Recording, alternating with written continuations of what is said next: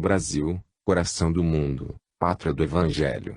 Ditada pelo Espírito, Humberto de Campos, psicografada por Francisco Cândido Xavier. Prefácio.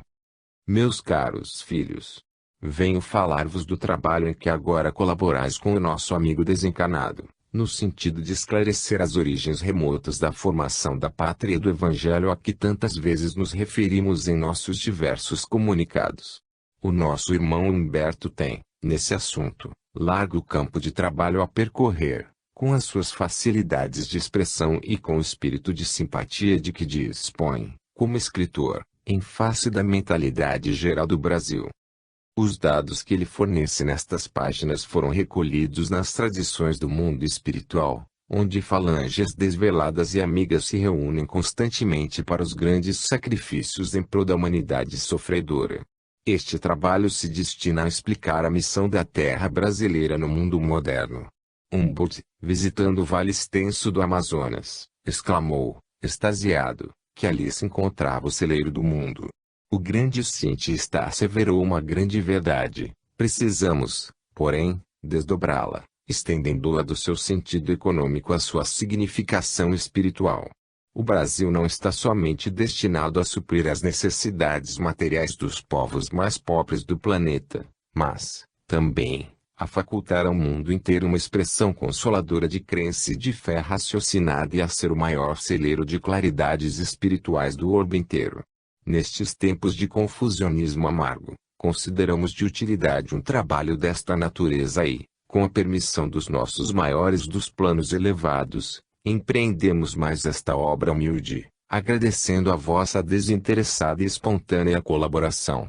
Nossa tarefa visa esclarecer o ambiente geral do país, argamassando as suas tradições de fraternidade com o cimento das verdades puras, porque, se a Grécia e a Roma da antiguidade tiveram a sua hora, como elementos primordiais das origens de toda a civilização do Ocidente, se o Império Português e o Espanhol se alastraram quase por todo o planeta, se a França, se a Inglaterra tem tido a sua hora proeminente nos tempos que assinalam as etapas evolutivas do mundo, o Brasil terá também o seu grande momento, no relógio que marca os dias da evolução da humanidade.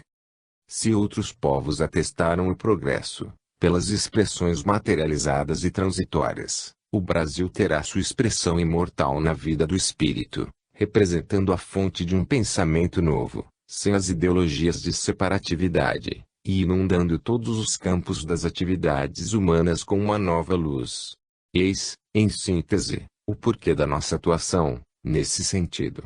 O nosso irmão encontra mais facilidade para vazar o seu pensamento em soledade com o médium, como se ainda se encontrasse no seu escritório solitário. Daí a razão porque as páginas em apreço foram produzidas de molde a se aproveitarem as oportunidades do momento. Pecamos a Deus que inspire os homens públicos, atualmente no leme da pátria do Cruzeiro, e que, nesta hora amarga em que se verifica a inversão de quase todos os valores morais, no seio das oficinas humanas, saibam eles colocar muito alto a magnitude dos seus princípios deveres. E a vós, meus filhos, que Deus vos fortaleça e abençoe, sustentando-vos nas lutas depuradoras da vida material. Emmanuel. Esclarecendo.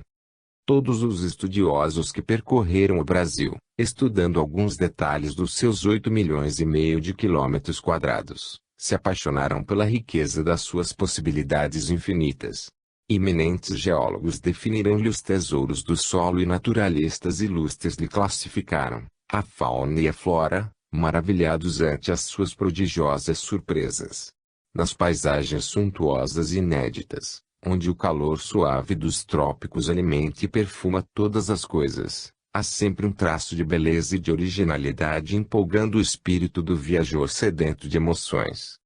Há fãs, se numerosos pensadores e artistas notáveis lhe traduziram a grandiosidade de mundo novo, contando lá fora as inesgotáveis reservas do gigante da América. Todo esse espírito analítico não passou da esfera superficial das apreciações. Por que não viram o Brasil espiritual, o Brasil evangélico, em cujas estradas, cheias de esperança, luta, sonho e trabalho o povo fraternal e generoso, cuja alma é a flor amorosa de três raças tristes, na expressão harmoniosa de um dos seus poetas mais eminentes.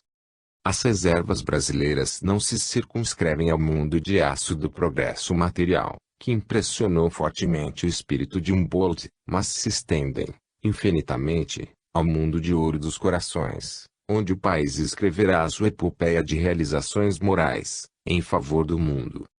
Jesus transplantou da Palestina para a região do Cruzeiro a árvore magnânima do seu evangelho, a fim de que os seus rebentos delicados florescessem de novo, frutificando em obras de amor para todas as criaturas. Ao cepticismo da época soará estranhamente uma afirmativa desta natureza. O evangelho não seria mera ficção de pensadores do cristianismo o repositório de suas lições. Não foi apenas um cântico de esperança do povo hebreu, que a Igreja Católica adaptou para garantir a coroa na cabeça dos príncipes terrestres.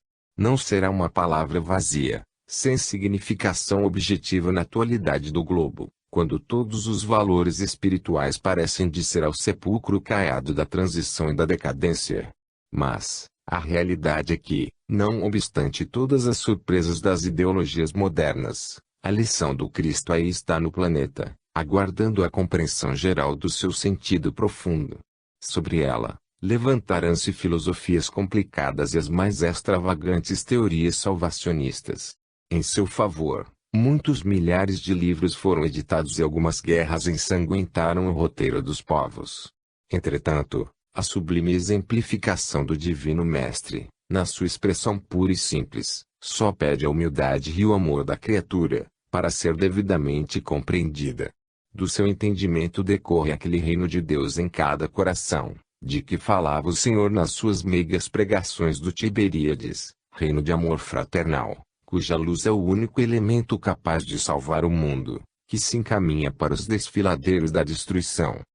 E os verdadeiros aprendizes, os crentes sinceros no poder e na misericórdia do Senhor, esperam, com os seus labores obscuros, o advento da cristianização da humanidade, quando os homens, livres de todos os símbolos sectários de separabilidade, puderem entender, integralmente, as maravilhas ocultas da obra cristã. Nas suas dolorosas provações dos tempos modernos, quando quase todos os valores morais sofrem o insulto da mais ampla subversão, esses espíritos heróicos e humildes sabem, na sua esperança e na sua crença, que, se Deus permite a prática de tantos absurdos, por parte dos poderosos da terra, que se embriagam com o vinho da autoridade e da ambição, é que todas essas lutas nada mais representam do que experiências penosas, por abreviar a compreensão geral das leis divinas no porvir.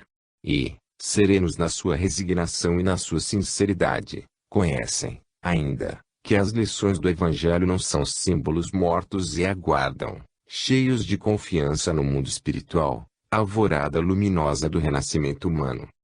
Nessa abençoada tarefa de espiritualização, o Brasil caminha na vanguarda.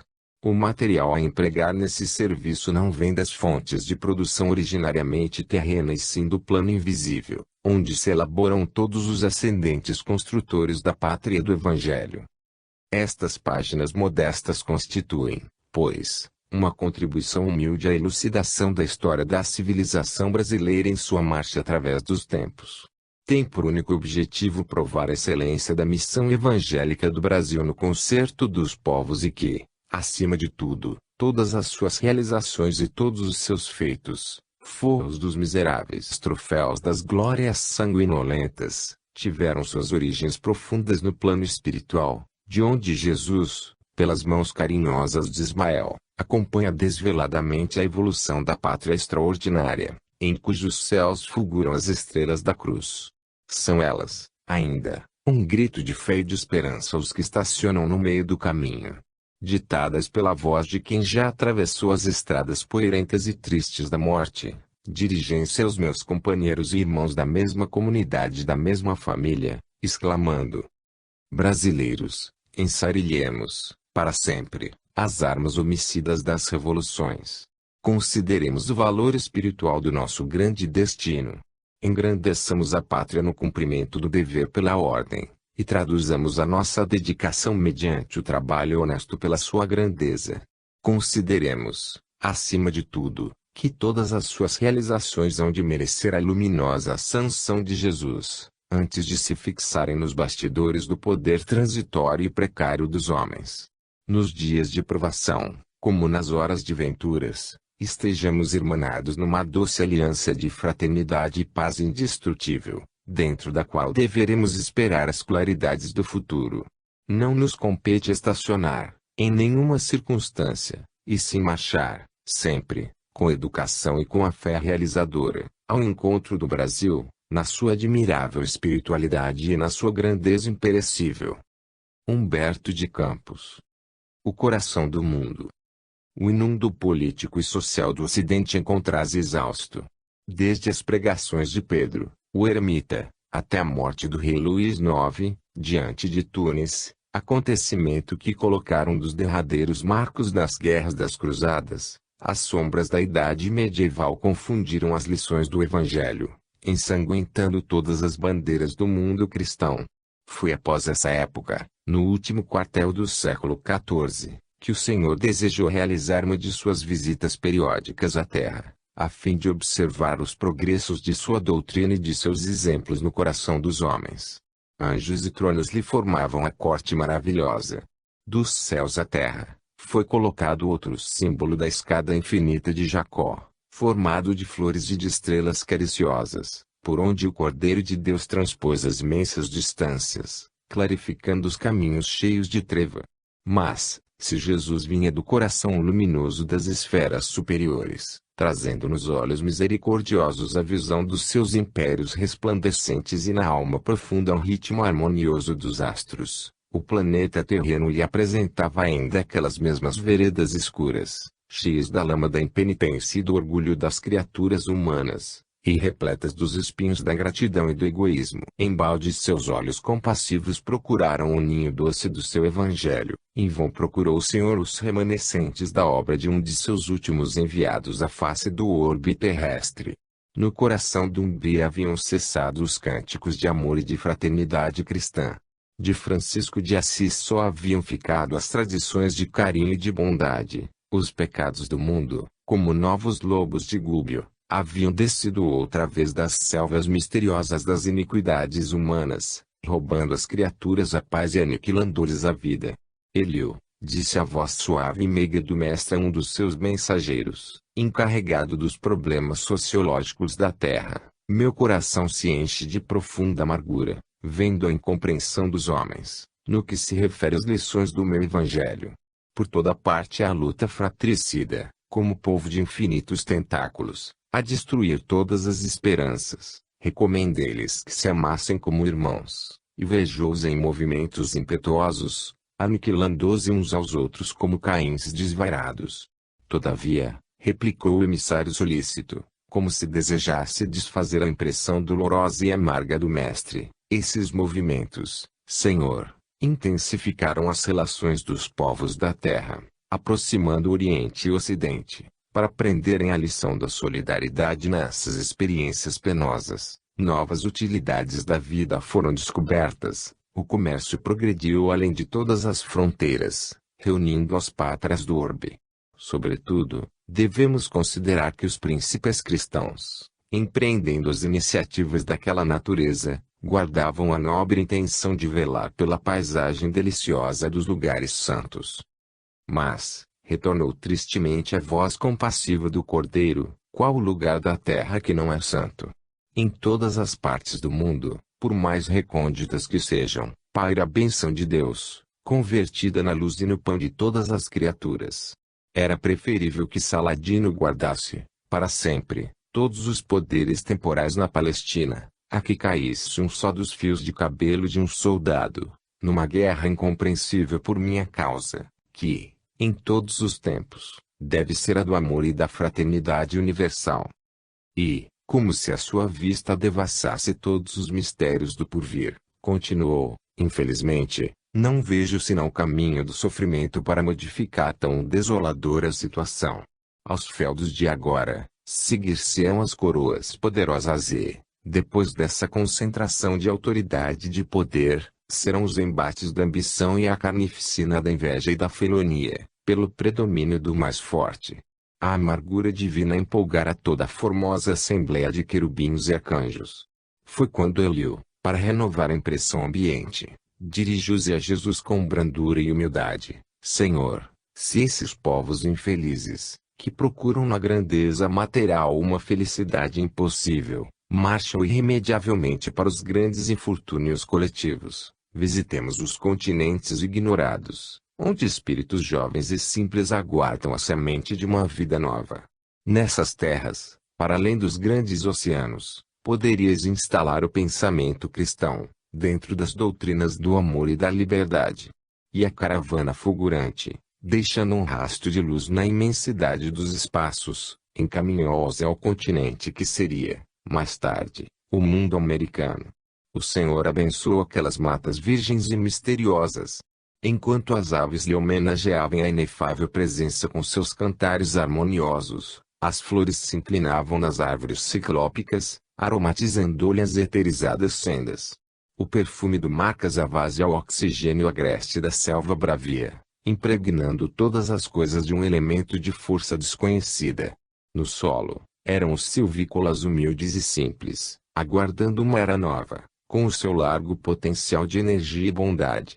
Cheio de esperanças, emocionasse o coração do mestre, contemplando a beleza do sublimado espetáculo. Eliú, pergunta ele, onde fica, nestas terras novas, o recanto planetário do qual se enxerga, no infinito, o símbolo da redenção humana?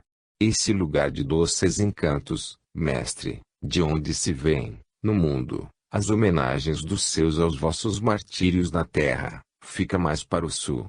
E, quando no seio da paisagem repleta de aromas e de melodias, contemplavam as almas santificadas dos orbes felizes, na presença do Cordeiro, as maravilhas daquela terra nova, que seria mais tarde o Brasil, desenhou-se no firmamento, formado de estrelas rutilantes, no jardim das constelações de Deus, o mais imponente de todos os símbolos.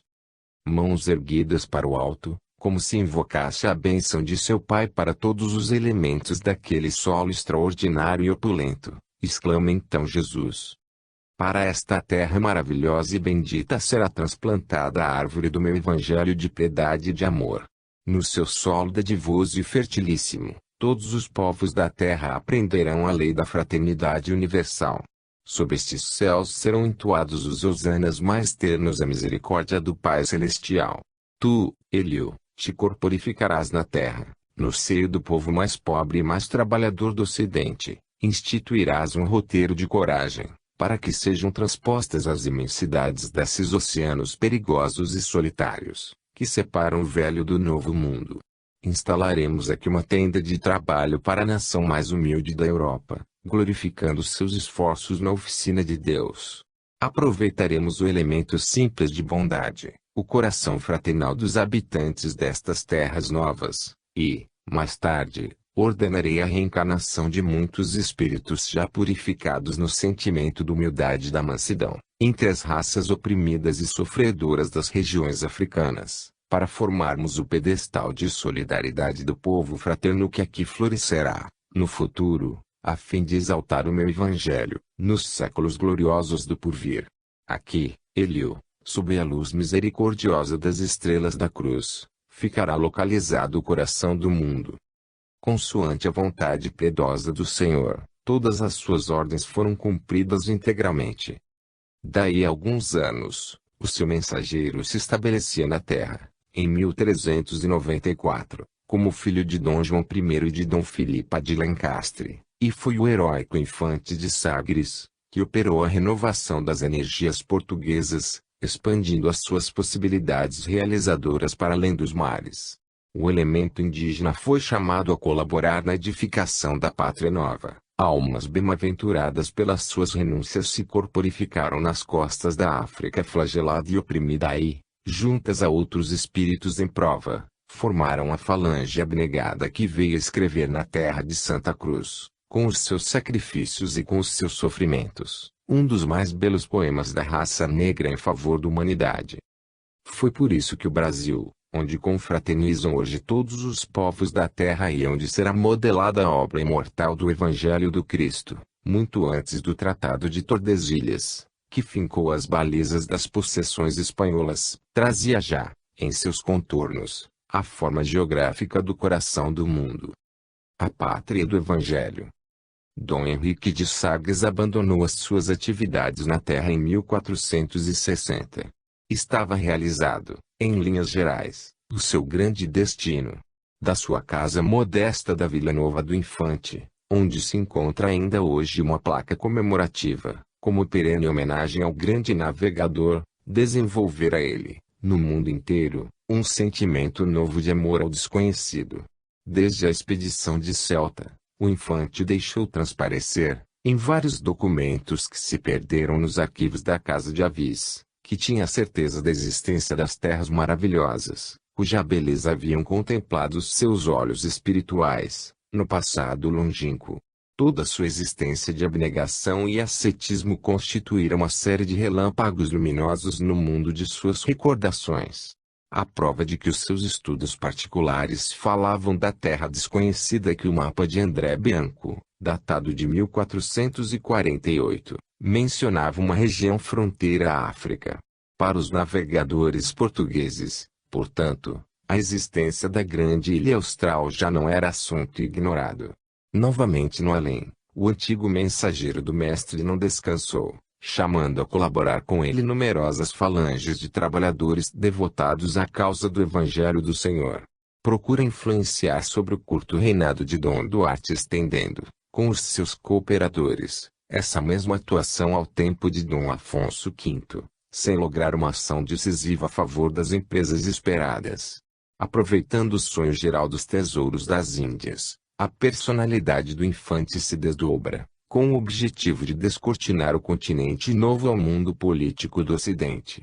Enquanto a sua atuação encontra fraco eco junto às administrações de sua terra, o povo de Castela começa a preocupar-se seriamente com as ideias novas, lançando-se à disputa das riquezas entrevistas.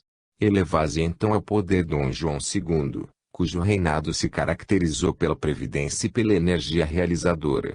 Junto do seu coração, o emissário invisível encontra grandes aspirações, irmãos das suas. O príncipe perfeito torna-se o dócil instrumento do mensageiro abnegado. A mesma sede de além lhe devora o pensamento.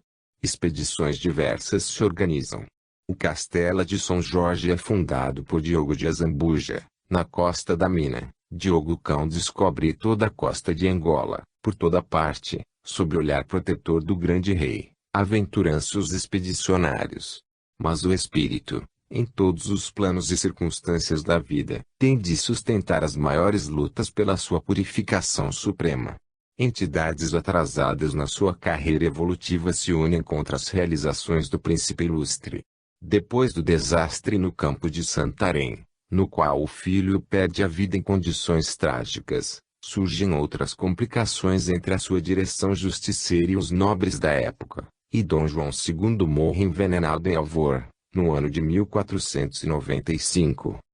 Todavia, os planos da escola de Sagres estavam consolidados. Com a ascensão de Dom Manuel I ao poder, nada mais se fez que atingir o fim de longa e laboriosa preparação. Em 1498, Vasco da Gama descobre o caminho marítimo das Índias e, um pouco mais tarde, Gaspar de Corte Real descobre o Canadá.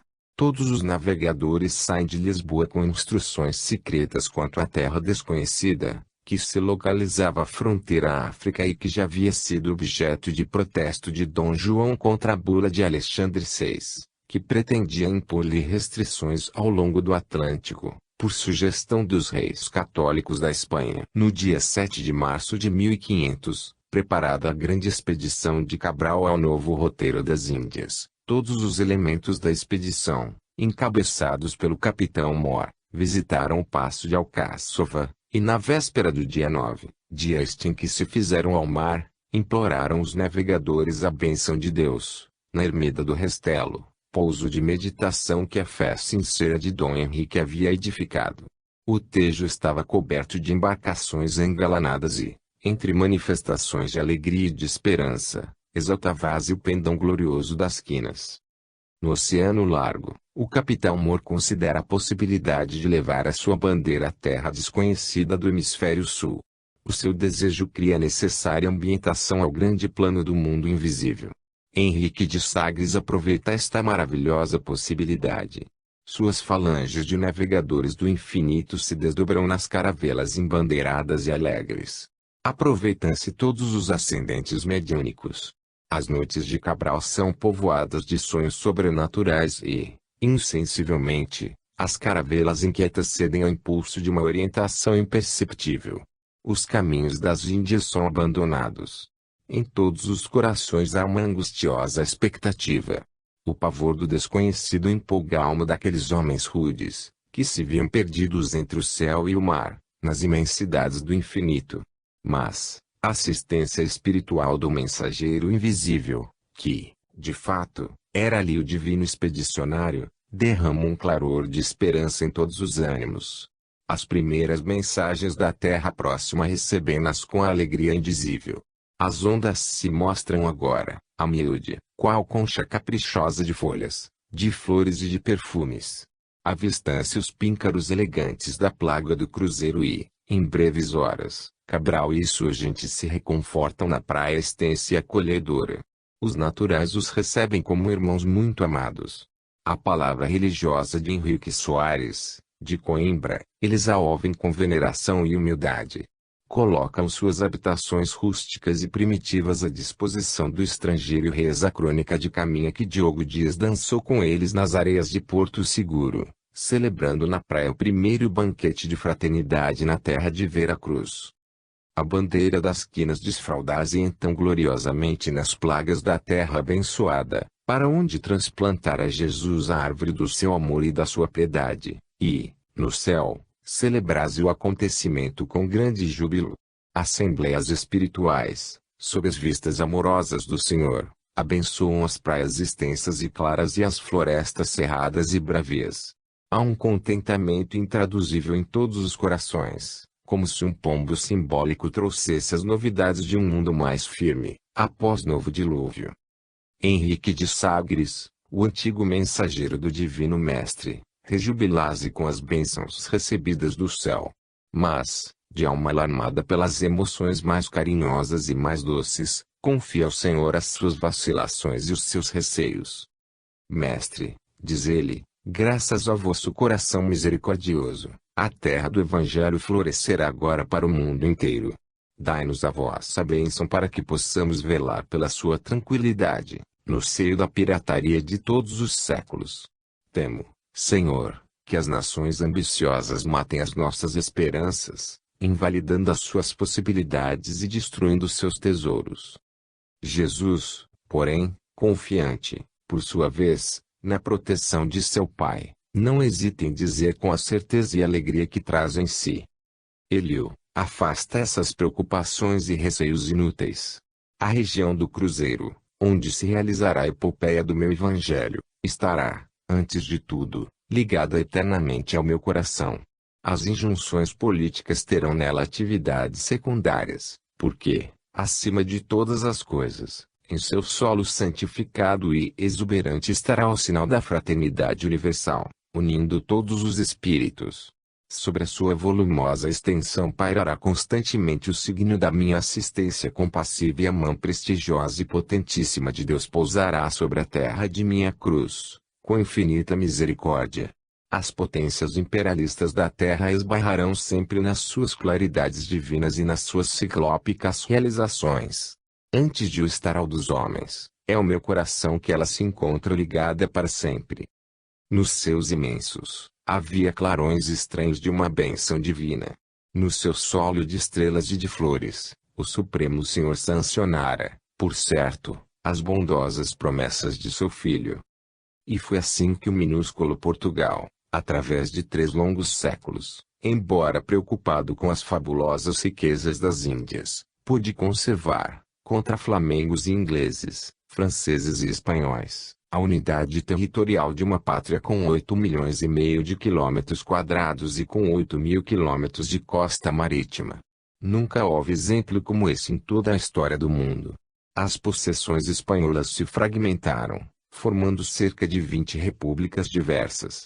Os estados americanos do norte devem sua posição territorial às anexações e às lutas de conquista. A Louisiana, o Novo México, o Alasca, a Califórnia, o Texas, o Oregon, surgiram depois da emancipação das colônias inglesas. Só o Brasil conseguiu manter-se uno e indivisível na América, entre os embates políticos de todos os tempos. É com acento circunflexo que a mão do Senhor se alça sobre a sua longa extensão e sobre as suas prodigiosas riquezas. O coração geográfico do orbe não se podia fracionar. Os degredados. Todos os espíritos edificados nas lições sublimes do Senhor se reuniram, logo após o descobrimento da nova terra, celebrando o acontecimento nos espaços do infinito. Grandes multidões donairosas e aéreas formavam imensos ífens de luz, entre a terra e o céu. Uma torrente impetuosa de perfume se elevava da paisagem verde e florida, em busca do firmamento, de onde voltava a superfície do solo, saturada de energias divinas. Nos ninhos quentes das árvores, pousavam as vibrações renovadoras das esperanças santificantes, e, no além, ouviam-se as melodias evocadoras da Galileia, o Bertozzi e Agreste antes das lutas arrasadoras das cruzadas, que lhe talaram todos os campos, transformando-a num montão de ruínas. A figura básica é a região dos pescadores humildes, que conheceu, bastante assinalados, os passos do Divino Mestre, se havia transplantado igualmente para o continente novo, dilatado em seus suaves contornos. Uma alegria paradisíaca reinava em todas as almas que comemoravam o advento da pátria do Evangelho, quando se fez presente, na Assembleia Augusta, a figura misericordiosa do Cordeiro. Complacente sorriso lhe bailava nos lábios angélicos e suas mãos liriais empunhavam um largo estandarte branco, como se um fragmento de sua alma radiosa estivesse ali dentro, transubstanciado naquela bandeira de luz, que era o mais encantador dos símbolos de perdão e de concórdia.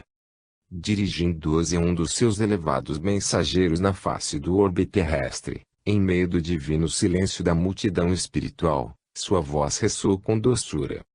Ismael, manda o meu coração que doravante sejas o zelador dos patrimônios imortais que constituem a terra do cruzeiro. Recebe-a nos teus braços de trabalhador devotado da minha seara, como a recebi no coração, obedecendo às sagradas inspirações do nosso Pai. Reúne as incansáveis falanges do infinito, que cooperam nos ideais sacrossantos de minha doutrina, e inicia, desde já, a construção da pátria do meu ensinamento. Para aí transplantei a árvore da minha misericórdia e espero que a cultives com a tua abnegação e com o teu sublimado heroísmo. Ela será a doce paisagem dilatada do Tiberíades, que os homens aniquilaram na sua voracidade de carnificina. Guarda este símbolo da paz e inscreve na sua imaculada pureza o lema da tua coragem e do teu propósito de bem servir a causa de Deus e, sobretudo, lembrar-te sempre de que estarei contigo no cumprimento dos teus deveres, com os quais abrirás para a humanidade dos séculos futuros um caminho novo, mediante a sagrada reviviscência do cristianismo. Ismael recebe o lábaro bendito das mãos compassivas do Senhor, banhado em lágrimas de reconhecimento, e, como se entrar em ação o impulso secreto da sua vontade, eis que a nívea bandeira tem agora uma insígnia. Na sua branca substância, uma tinta celeste inscrever o lema imortal, Deus, Cristo e Caridade. Todas as almas ali reunidas entoam um hosana melodioso intraduzível à sabedoria do Senhor do Universo. São vibrações gloriosas da espiritualidade, que se elevam pelos espaços ilimitados, louvando o artista inimitável e o matemático supremo de todos os sóis e de todos os mundos. O emissário de Jesus desce então à terra, onde estabelecerá sua oficina. Os exércitos dos seres redimidos e luminosos lhe seguem esplêndida trajetória e, como se o chão do Brasil fosse a superfície de um novo helicon da imortalidade, a natureza, macia e cariciosa, toda assim feita de luzes e sombras, de sinfonias e derramagens odoríferas, preparando-se para um banquete de deuses. Os caminhos agrestes tornam-se sendas de maravilhosa beleza, rasgadas pelas coortes do invisível. Nessa hora, a frota de Cabral foge das águas verdes e fartas da Baía de Porto Seguro. Entretanto, Nas fitas extensas da praia choram, desesperadamente, os dois degredados, dos 20 parasociais que o rei Dom Manuel destinara ao exílio. Os homens do mar se distanciam daqueles sítios, levando a mostrar-se da sua extraordinária riqueza. Em toda a paisagem há um largo ponto de interrogação, enquanto os dois infelizes se lastimam sem consolo e sem esperança.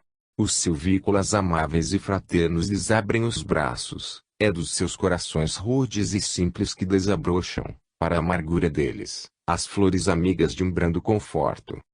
Mas, Afonso Ribeiro, um dos condenados ao penoso desterro, avança numa piroga desprotegida e desmantelada, sem que os olhos da história lhe anotassem o gesto de profunda desesperação, a caminho do mar alto. Ao longe, percebem-se ainda os derradeiros mastros das caravelas itinerantes. O infeliz degredado anseia por morrer. Os últimos gemidos abafados lhe saem da garganta exausta. Seus olhos, inchados de pranto, contemplam as duas imensidades, a do oceano e a do céu, e, esperando na morte o socorro bondoso, exclama, do íntimo do coração: Jesus, tende piedade da minha infinita amargura. Enviai a morte ao meu espírito desterrado. Sou inocente, Senhor, e padeço a tirania da injustiça dos homens. Mas, se a traição e a covardia me arrebataram da pátria, afastando dos meus olhos as paisagens queridas e os afetos mais santos do coração, essas mesmas calúnias não me separaram da vossa misericórdia. Nesse instante, porém, o pobre exilado sente que uma alvorada de luz estranha lhe nasce no âmago da alma atribulada. Uma esperança nova se apossa de todas as suas fibras emotivas e, como por delicado milagre, a sua jangada rústica regressa, celeremente, à praia distante. Em vão as ondas sinistras e poderosas tentam arrebatá-lo para o oceano largo. Uma força misteriosa o conduz à terra firme, onde o seu coração encontrará uma família nova.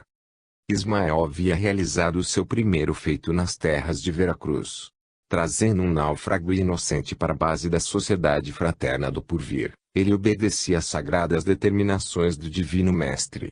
Primeiramente, surgiram os índios, que eram simples de coração.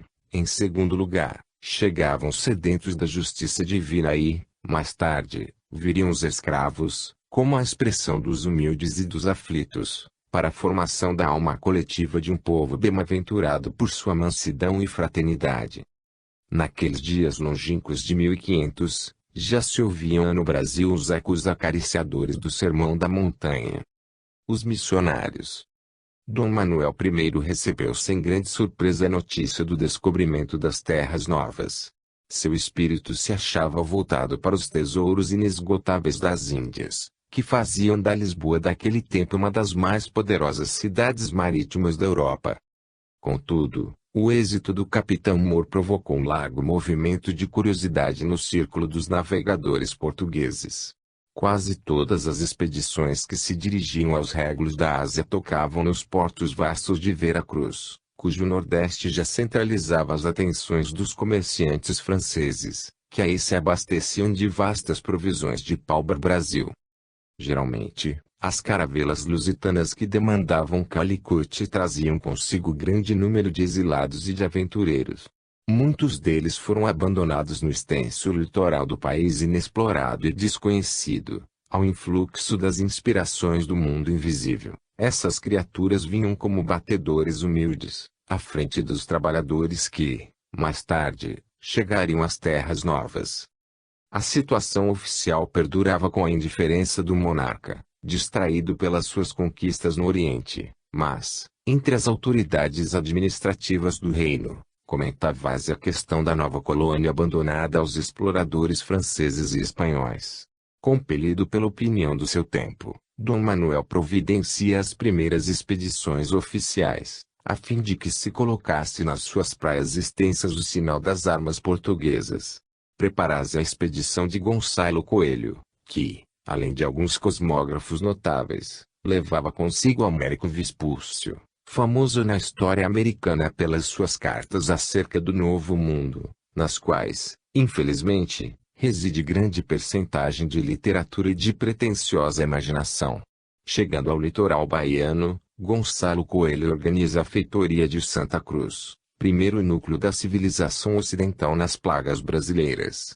O nome do país é agora Terra de Santa Cruz, pelo qual se faz conhecido nos documentos da metrópole. Depois de graves incidentes, nos quais Vespúcio se entrega a aventuras pelo interior da colônia, sedento de posição e de glória, o expedicionário português, pobre de possibilidades e com raros companheiros, lança Marcos de Portugal ao longo de toda a costa brasileira. Uma das emoções mais gratas ao seu espírito é o quadro maravilhoso da Baía de Guanabara. Jogando-se no estuário de um rio esplêndido, denomina Rio de Janeiro local, em virtude de se encontrar ali nos primeiros dias do primeiro mês do ano. No sítio encantado, instala uma nova feitoria, a da Carioca, de qual não ficaram largos vestígios, passando aí meses a fio, a retemperar suas energias em contato com a paisagem magnífica. Prossegue na sua tarefa de reconhecimento e volta depois à metrópole, sem conseguir interessar o monarca no que se referia à exploração da Terra Nova.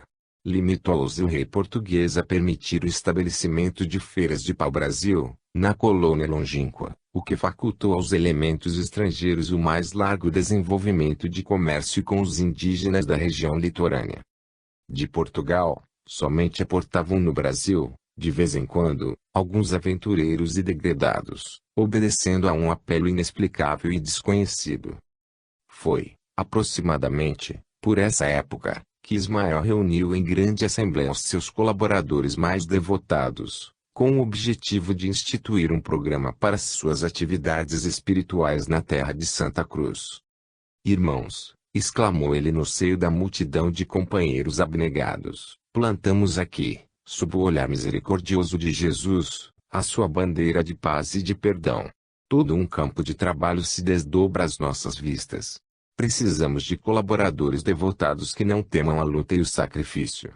Voltemo-nos para os centros culturais de Coimbra e de Lisboa, a regenerar as fontes do pensamento, no elevado sentido de ampliarmos a nossa ação espiritual.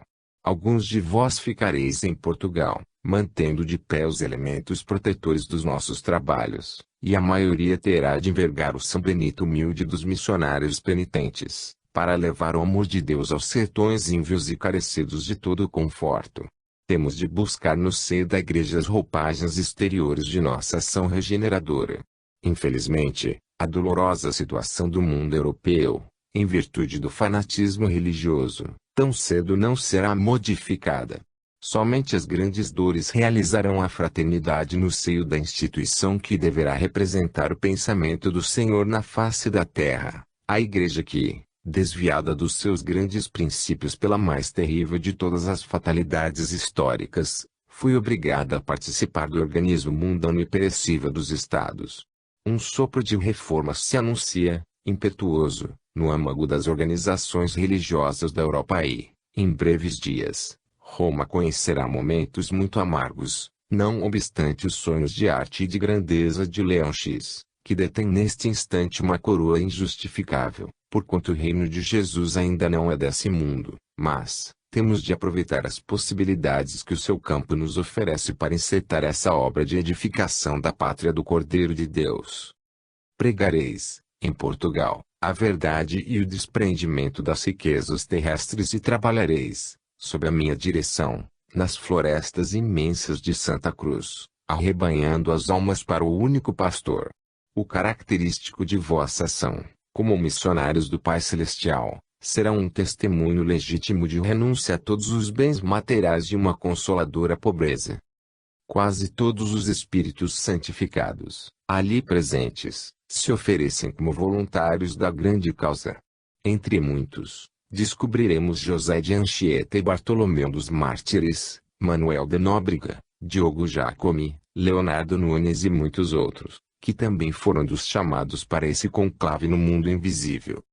Em 1531, após Portugal ter resolvido, sob a direção de Dom João II, a primeira tentativa de colonização da terra de Santa Cruz, alguns dos convocados, participantes daquela augusta assembleia, chegavam ao Brasil com Martim Afonso de Souza e a sua companhia de 300 homens, a tomar parte ativamente na fundação de S. Vicentina de Piratininga. Nóbrega aportava mais tarde, na Bahia, com Thome de Souza, o primeiro governador-geral da colônia, em 1549, chefiando grande número desses irmãos dos simples e dos infelizes, a fim de estabelecer novos elementos de progresso e dar início à cidade do Salvador. Anchieta veio depois, em 1553, com Duarte da Costa, e se transformou no desvelado apóstolo do Brasil.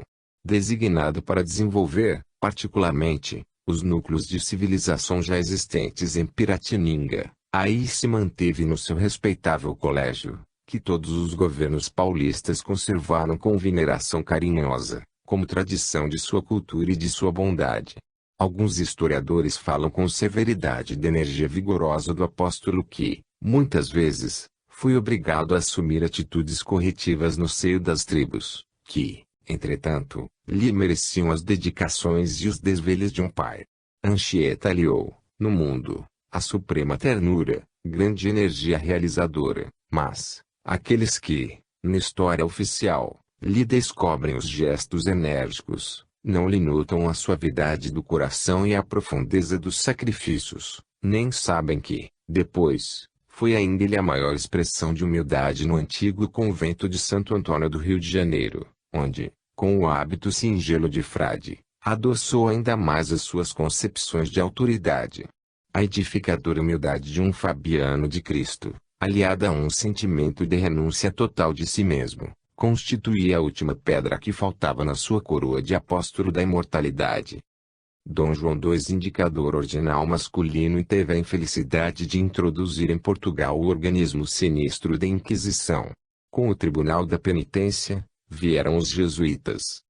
Não constitui objeto do nosso trabalho o exame dos erros profundos da condenável instituição, que fez da Igreja, por muitos séculos, um centro de perversidade e de sombras compactas, em todas as nações europeias, que abrigaram a sombra da máquina do Estado. O que nos importa é a exaltação daqueles missionários de Deus, que afrontavam a noite das selvas para aclarar as consciências com a lição suave do Marte do Calvário. Esses homens abnegados eram, de fato, o sal da nova terra. Os falsos sacerdotes poderiam continuar massacrando, em nome do Senhor, que é a misericórdia suprema, poderiam prosseguir ostentando as púrpuras luxuosas e todas as demais suntuosidades do reino mentiroso desse mundo, incensando os poderosos da terra e distanciando-se dos pobres e dos aflitos. Mas, os humildes missionários da cruz ouviam a voz de Ismael, no âmago de suas almas, aos seus sagrados apelos, abandonaram todos os bens, para seguir os rastros luminosos daquele que foi e será sempre a luz do mundo. Foram eles os primeiros traços luminosos das falanges imortais do infinito, corporificados na terra do Evangelho, e, com a sua divina pobreza, se fizeram os iniciadores da grande missão apostólica do Brasil no seio do mundo moderno, inaugurando aqui um caminho resplandecente para todas as almas, transformando a terra do cruzeiro numa dourada e eterna porciúncula. Os escravos. Certo dia, preparava-se, numa das esferas superiores do infinito, o encontro de Ismael com aquele que será sempre caminho, verdade e vida. Por toda parte, abriam-se flores evanescentes, oriundas de um solo de radiosas neblinas. Luzes policrômicas enfeitavam todas as paisagens celestes, que se perdiam na incomensurável extensão dos espaços felizes. Rodeado dos seres santificados e venturosos que constituem a coorte luminosa de seus mensageiros abnegados, recebeu o Senhor, com a sua complacência, o emissário dileto do seu amor nas terras do cruzeiro. Ismael, porém, não trazia no coração o sinal da alegria. Seus traços fisionômicos deixavam mesmo transparecer angelical amargura. Senhor, exclama ele sinto dificuldades para fazer prevaleçam os vossos desígnios nos territórios onde pairam as vossas bênçãos dulcificantes. A civilização, que ali se inicia sob os imperativos da vossa vontade compassiva e misericordiosa, acaba de ser contaminada por lamentáveis acontecimentos. Os donatários dos imensos latifúndios de Santa Cruz fizeram-se vela, escravizando os negros indefesos da Luanda, da Guiné e de Angola. Infelizmente, os pobres cativos, miseráveis e desditosos, chegam à pátria do vosso evangelho como se fossem animais bravios e selvagens, sem coração e sem consciência. O mensageiro, porém, não conseguiu continuar. Soluços divinos lhe rebentaram do peito opresso, evocando tão amargas lembranças. O divino mestre, porém, cingindo o seu coração augusto e magnânimo, explicou brandamente: Ismael, acerena teu mundo íntimo no cumprimento dos sagrados deveres que te foram confiados. Bem sabes que os homens têm a sua responsabilidade pessoal nos feitos que realizam em suas existências isoladas e coletivas. Mas, se não podemos tolher-lhes aí a liberdade, também não podemos esquecer que existe o Instituto Imortal da Justiça Divina, onde cada qual receberá de conformidade com os seus atos. Havia eu determinado que a terra do cruzeiro se povoasse de raças humildes do planeta, buscando-se a colaboração dos povos sofredores das regiões africanas. Todavia, para que essa cooperação fosse efetivada sem o atrito das armas, aproximei Portugal daquelas raças sofredoras, sem violências de qualquer natureza.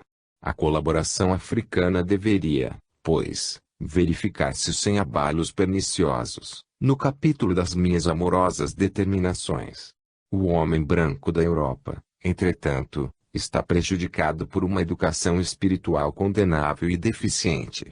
Desejando entregar-se ao prazer fictício dos sentidos, procura eximir-se aos trabalhos pesados da agricultura, alegando o pretexto dos climas considerados impiedosos.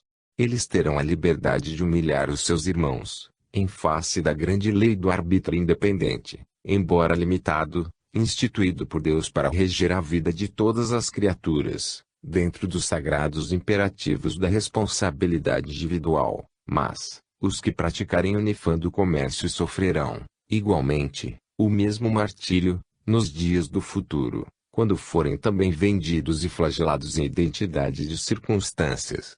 Na sua sede nociva de gozo, os homens brancos ainda não perceberam que a evolução se processa pela prática do bem e que todo o determinismo de nosso Pai deve assinalar-se pelo amai o próximo como a vós mesmos. Ignoram voluntariamente que o mal gera outros males com um largo cortejo de sofrimentos. Contudo, através dessas linhas tortuosas, impostas pela vontade livre das criaturas humanas, operarei com a minha misericórdia. Colocarei a minha luz sobre essas sombras, amenizando tão dolorosas crueldades. Prossegue com as tuas renúncias em favor do Evangelho e confia na vitória da providência divina. Calarás a voz de Jesus por instantes, mas confortado, Ismael continuou: Senhor, não terias um meio direto de orientar a política dominante, no sentido de se purificar o ambiente moral da terra de Santa Cruz? Ao que o Divino Mestre ponderou sabiamente: não nos compete cercear os atos e intenções dos nossos semelhantes e sim cuidar intensamente de nós mesmos, considerando que cada um será justiçado na pauta de suas próprias obras.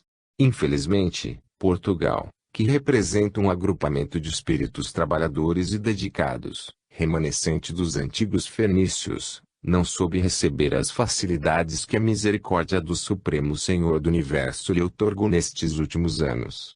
Até os meus ouvidos têm chegado as súplicas dolorosas das raças flageladas por sua prepotência e desmesuradas ambições.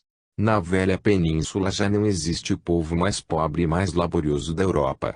O luxo das conquistas lhe amoleceu as fibras criadoras e todas as suas preciosas energias e qualidades de trabalho vêm esmorecendo sob o amontoado de riquezas fabulosas.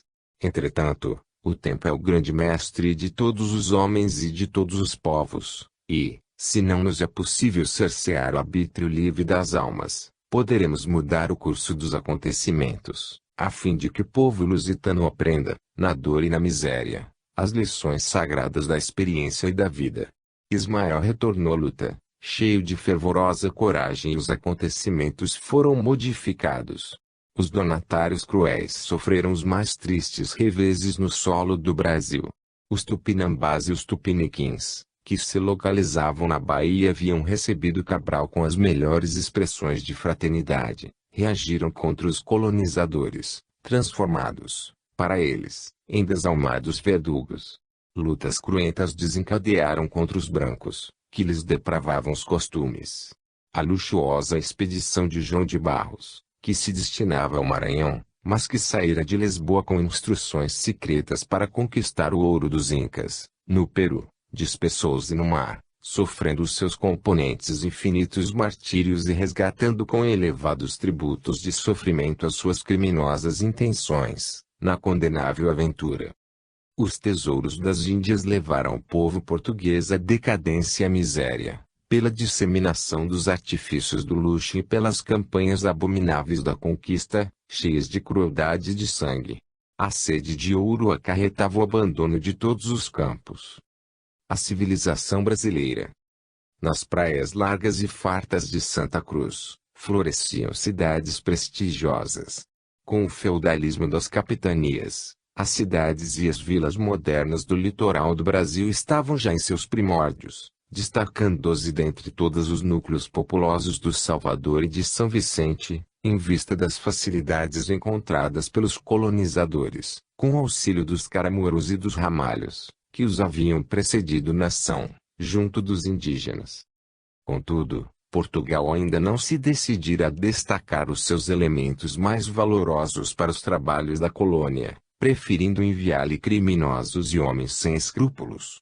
Por toda parte, buscavam os naturais os recantos desconhecidos das florestas remotas, fugindo à escravidão e às torturas injustificáveis que lhes infligiam os homens brancos, por eles, um dia, acolhidos com as mais altas manifestações de fraternidade. O atrito das raças dava ensejo aos quadros mais dolorosos e mais lamentáveis. Tomé de Souza estava substituído por Duarte da Costa, que, como primeiro governador-geral, trouxera também consigo alguns dos missionários concitados por Ismael ao novo apostolado nas florestas americanas. Por essa época, os franceses desejaram aproveitar a encantadora beleza da Baía de Guanabara e estabeleceram aí uma feitoria, nos mesmos sítios por onde se havia retemperado Gonçalo Coelho, nos primeiros anos decorridos após o descobrimento. Com a proteção do almirante Coligny, então favorito do rei Henrique II de França, Nicolau de Villegagnon aporta a Baía Maravilhosa, em 1555, e funda uma colônia na ilha de Sergipe, que tomou, mais tarde, o seu nome das árvores de Uruçumirim, que é hoje a praia elegante do Flamengo. Os tamoios valentes contemplavam, receosos, a intromissão dos europeus na sua região privilegiada. Mas, Villegagnon, com a sua mentalidade religiosa e honesta, consegue captar a confiança dos naturais, concedendo-lhes o mesmo tratamento dispensado aos seus companheiros. Os indígenas recebem carinhosamente a orientação de Pai Colás e se tornam devotados colaboradores da sua obra. Enquanto os franceses se vão apoderando da costa, Dom Duarte, na Bahia, lhes observa os movimentos, impossibilitado de adotar quaisquer providências. A metrópole portuguesa não se digna de enviar à colônia distante os elementos necessários à sua conservação e defesa. Villegagnon, localizado na Guanabara, edifica a sua obra, mas, os padres calvinistas, que lhe acompanharam a expedição, inutilizam-lhe muitas vezes o trabalho construtivo, com as suas discussões estéreis. Em 1559, Villegagnon regressa à França, no propósito de buscar recursos oficiais, sem jamais tornar ao Brasil, ficando seus compatriotas abandonados na colônia nascente. Em 1558, havia assumido o governo-geral de Santa Cruz, Mendes Sá, que combate sem tréguas a influência dos estrangeiros. Com a sua energia, espelha os franceses do Rio de Janeiro, destruindo-lhes as fortificações. Mal, porém, se havia retirado o governador, voltaram os franceses dispersos a reassumir a sua posição na ilha de Sergipe, com o auxílio dos tamoios, reunidos a esse tempo na maior confederação indígena que já existiu em terras do Brasil, sob a direção de Cambebe, contra as perversidades dos colonizadores portugueses. O governador-geral reconhece a necessidade de fundar-se uma povoação que aí ficasse como sentinela da costa, a fim de eliminar os derradeiros resquícios das influências francesas. O grande projeto aguarda ensejo favorável para sua concretização. Estácio de Sá, sobrinho do governador, é então incumbido de comandar uma guarnição que ali se planta, em defesa da cidade.